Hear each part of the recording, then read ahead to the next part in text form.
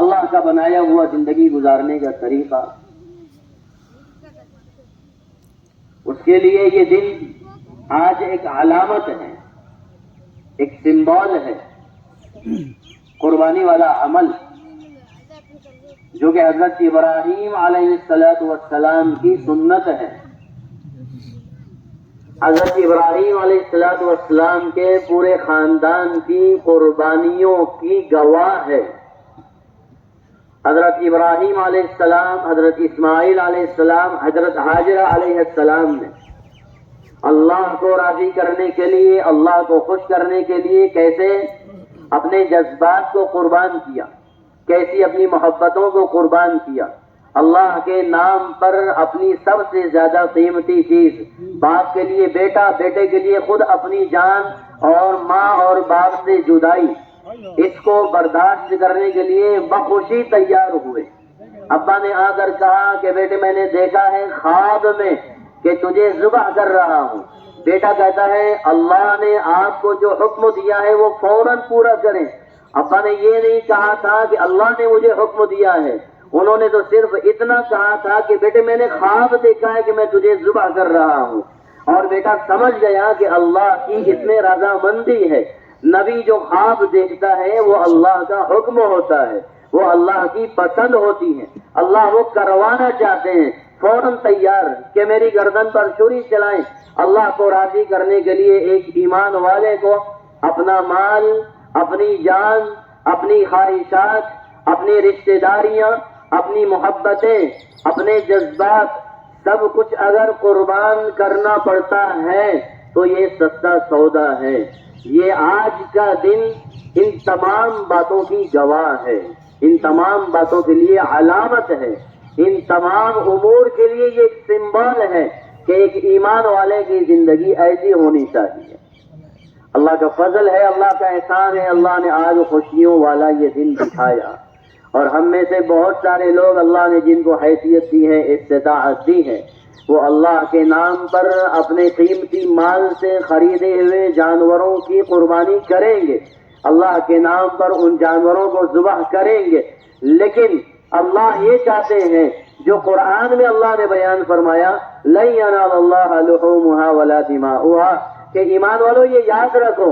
کہ میں نے قربانی کا جو حکم دیا ہے وہ اس وجہ سے نہیں کہ اللہ کو خون کی ضرورت ہے، اللہ کو گوشت کی ضرورت ہے، اللہ کے خزانوں میں کچھ کمی آ گئی ہے، اللہ کی طاقت میں کچھ کمی آ گئی ہے، تم یہاں سے جانور بھیجو، ان کا گوشت بھیجو، ان کا خون بھیجو تو ذرا وہاں طاقت ملے، خزانے بھرے۔ ہرگز نہیں، ہرگز نہیں۔ لَن يَنَالَ اللَّهَ لُحُومُهَا، اللہ کو تمہارے گوشت پہنچتے نہیں، وَلَا دِمَاؤُهَا، تمہارے جانوروں کے خون پہنچتے نہیں، اللہ کو ان دونوں کی ضرورت نہیں ہے۔ وَلَكِنْ يَنَالُهُ التَّقْوَىٰ مِنكُمْ، اللہ تو تمہارے دلوں کی محبت اور تقویٰ دیکھنا چاہتے ہیں۔ تم اللہ سے کتنا پیار کرتے ہو، تم اللہ سے کتنی محبت کرتے ہو، تم اپنے دین سے کتنے جڑے ہوئے ہو، تمہارے دل میں اللہ اس کے رسول کی احکامات کی کتنی قدر ہے، تم اللہ کے لیے کیا کر سکتے ہو، یہ بتاؤ، تم اللہ کے لیے کیا کر سکتے ہو؟ تو ایمان والا بتاتا ہے آج کے زمانے میں کہ اللہ میں آپ کے لیے جانور ذبح کر سکتا ہوں، لیکن آپ یقین جانیں یہ کافی نہیں ہے، یہ ایک سنت عمل ہے، یہ ایک واجب عمل ہے، یہ مالداروں پر فرض ہے، لیکن اللہ پاک ہر ایمان والے سے قربانی مانگتے ہیں، اس کے وقت کی قربانی، اس کے جذبات کی قربانی، کہ جب یہ دن آئے اور جب جانوروں کے گلے پر چھری چلائی جائے اور جب ان کو اللہ کے نام پر قربان کیا جائے تو ایمان والے نیت کر لیں آج سے ہم اپنے دل کی نفرتوں کو چھری چلا رہے ہیں، آج سے ہم اپنے جھگڑوں کو کاٹ رہے ہیں، آج سے ہم اپنے حسد کو اور کینہ کو ختم کر رہے ہیں، آج سے ہم اپنے اندر کی جو خواہشات ہیں ان خواہشات کو ہم قربان کرتے ہیں، اللہ کے لیے ہم چھوڑ دیں گے، عزم کریں گے، ارادہ کریں گے کہ ہم اللہ کے لیے جھوٹ چھوڑیں گے، اللہ کے لیے حرام چھوڑیں گے، اللہ کے لیے دھوکہ دینا چھوڑ دیں گے، اللہ کے لیے نفرت کرنا چھوڑ دیں گے، اللہ کے لیے۔ ہمارے دل میں اگر اس کائنات میں، اس دنیا میں، اس دھرتی پر، ہمارے خاندان میں اور اس سے باہر کسی کی محبت ہمارے دل میں گھر کر چکی ہے، بس چکی ہے، وہ مال کی محبت ہو، وہ جائیداد کی محبت ہو، وہ کسی اور کی محبت ہو، اللہ کی محبت سے زیادہ ہم اس کو نہیں بڑھائیں گے، بلکہ اللہ اگر اس کی قربانی مانگے تو ہم ان محبتوں کو چھوڑنے کے لیے تیار ہیں۔ اور اس کی علامت کیا کہ عید والے دن اور اس کے بعد کی زندگی میں تبدیلی نظر آئے۔ جن رشتہ داریوں سے جھگڑا ہے ان رشتہ داروں سے جا کر ملاقات کریں، غلطی اپنی نہ ہو پھر بھی معافی مانگے، دل خون کے آنسو روئے تو ٹھیک ہے کہ غلطی نہیں تھی پھر بھی جھکنا پڑا، ہاں جیسے جانور کی گلے سے اور بدن سے خون بہا ہے تمہارے دل سے بھی بہے، تمہارے جذبات کا خون ہو، تم لوگوں سے معافیاں مانگو، تم لوگوں سے ملاقات کرو، تم لوگوں میں پیار بانٹو، نفرتوں کو ختم کرو، ان کا خیال رکھو، غلطیاں نہ ہوں پھر بھی جا کر منتیں کر لو کہ آؤ آج عید کا دن ہے، آج خوشی کا دن ہے، آج کیا ایک دوسرے سے ناراض رہنا۔ اگر رشتہ داریوں میں آپس میں محبت نہ ہوئی تو پھر عید کی کیسی خوشی، اور اگر لوگوں کو معاف نہیں کیا تو پھر کیا جانور قربان کیا۔ اس کے علاوہ شریعت نے جو احکامات ہمیں دیے ہیں ان احکامات پر عمل کرنے کے واسطے، ان احکامات پر عمل کرتے ہوئے اگر ہمیں تکلیف ہوتی ہے تو ہم اس تکلیف کو برداشت کریں گے۔ آج قربانی والا دن ہے، اس کے بعد والا دن، پھر اس کے بعد والا دن، اس میں ہماری ذمہ داری ہے کہ ہم اپنے محلوں کو پاکیزہ رکھیں۔ ان اللہ نظیف، ان اللہ جمیل، اللہ پاکیزہ ہے، اللہ خود بھی خوبصورت ہے، اللہ پاکیزگی کو، صفائی کو، خوبصورتی کو پسند کرتے ہیں۔ اسلام کے کسی عمل کو دیکھ کر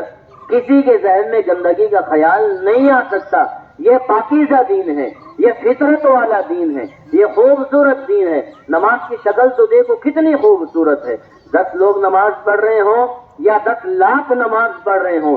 دیکھتے ہی دل میں محبت کا احساس ہوتا ہے، فطرت کا احساس ہوتا ہے، خوشبو کا احساس ہوتا ہے، پاکیزگی کا احساس ہوتا ہے، نورانیت کا احساس ہوتا ہے۔ کیوں؟ پاکیزگی کے ساتھ اس کو شروع کیا، پاکیزگی کے ساتھ اس کو مکمل کیا کہ اس کی وجہ سے کسی کو تکلیف نہیں پہنچی، کسی گندگی کی کوئی گنجائش نہیں۔ کپڑے ناپاک ہیں تم نماز نہیں پڑھ سکتے، بدن ناپاک ہے تم نماز نہیں پڑھ سکتے، جگہ ناپاک ہے تم نماز نہیں پڑھ سکتے۔ اس عبادت کے لیے جگہ کو پاکیزہ کرو، کپڑے کو پاکیزہ کرو، بدن کو پاکیزہ کرو، ماحول کو پاکیزہ کرو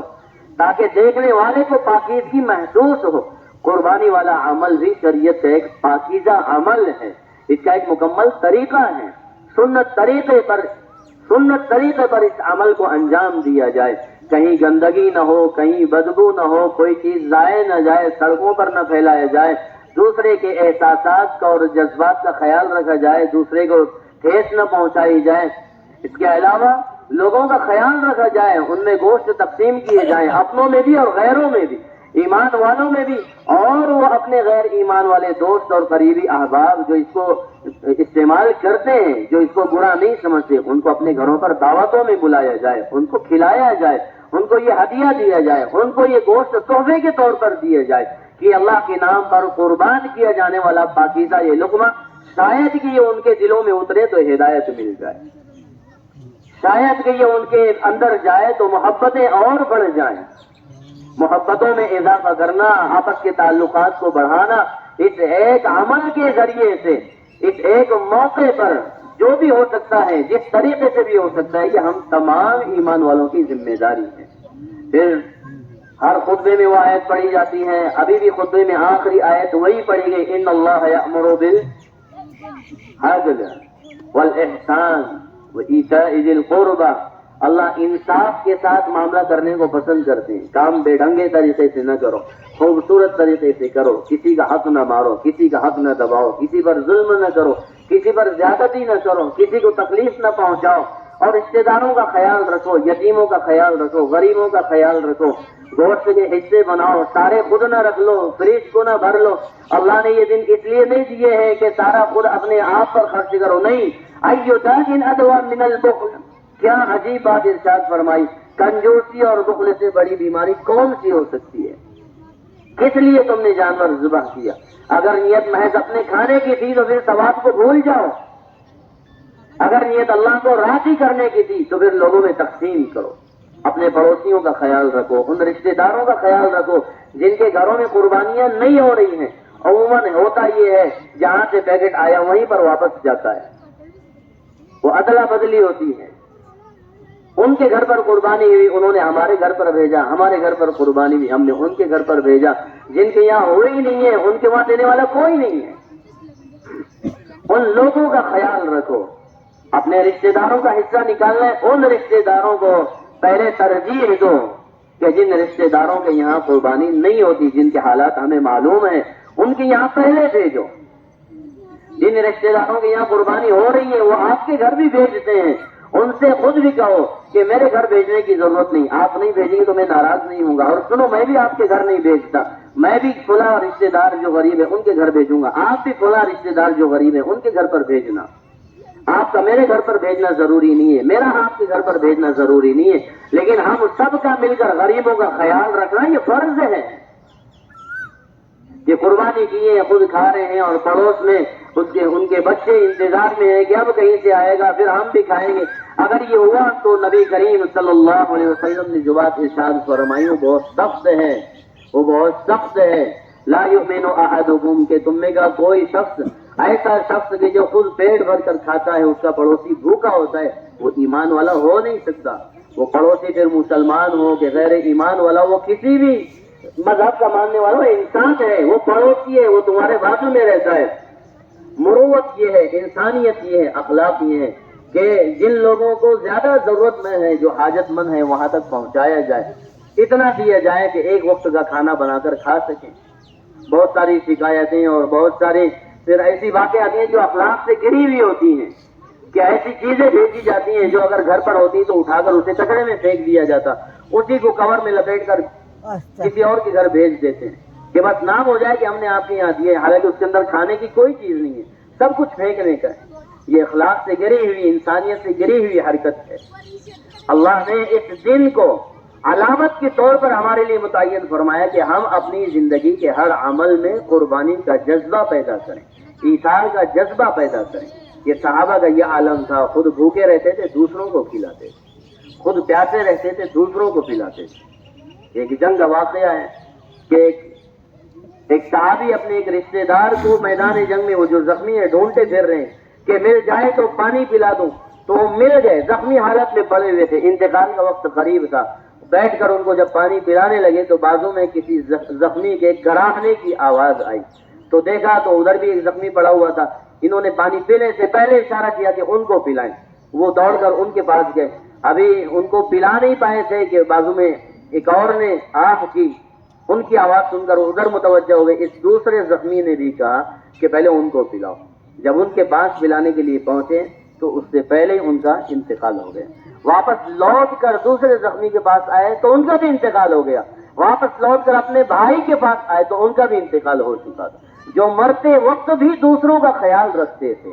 جو مرنے کے وقت میں بھی محبتیں لٹاتے تھے، جو مرنے کے وقت میں بھی ایثار کرتے تھے، اسی صفت کو، اسی عادت کو، اسی خصلت کو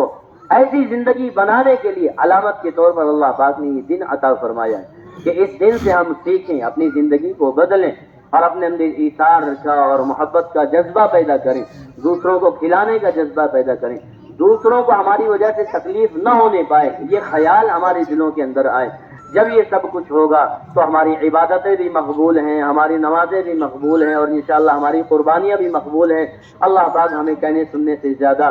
عمل کرنے کی توفیق عطا فرمائے۔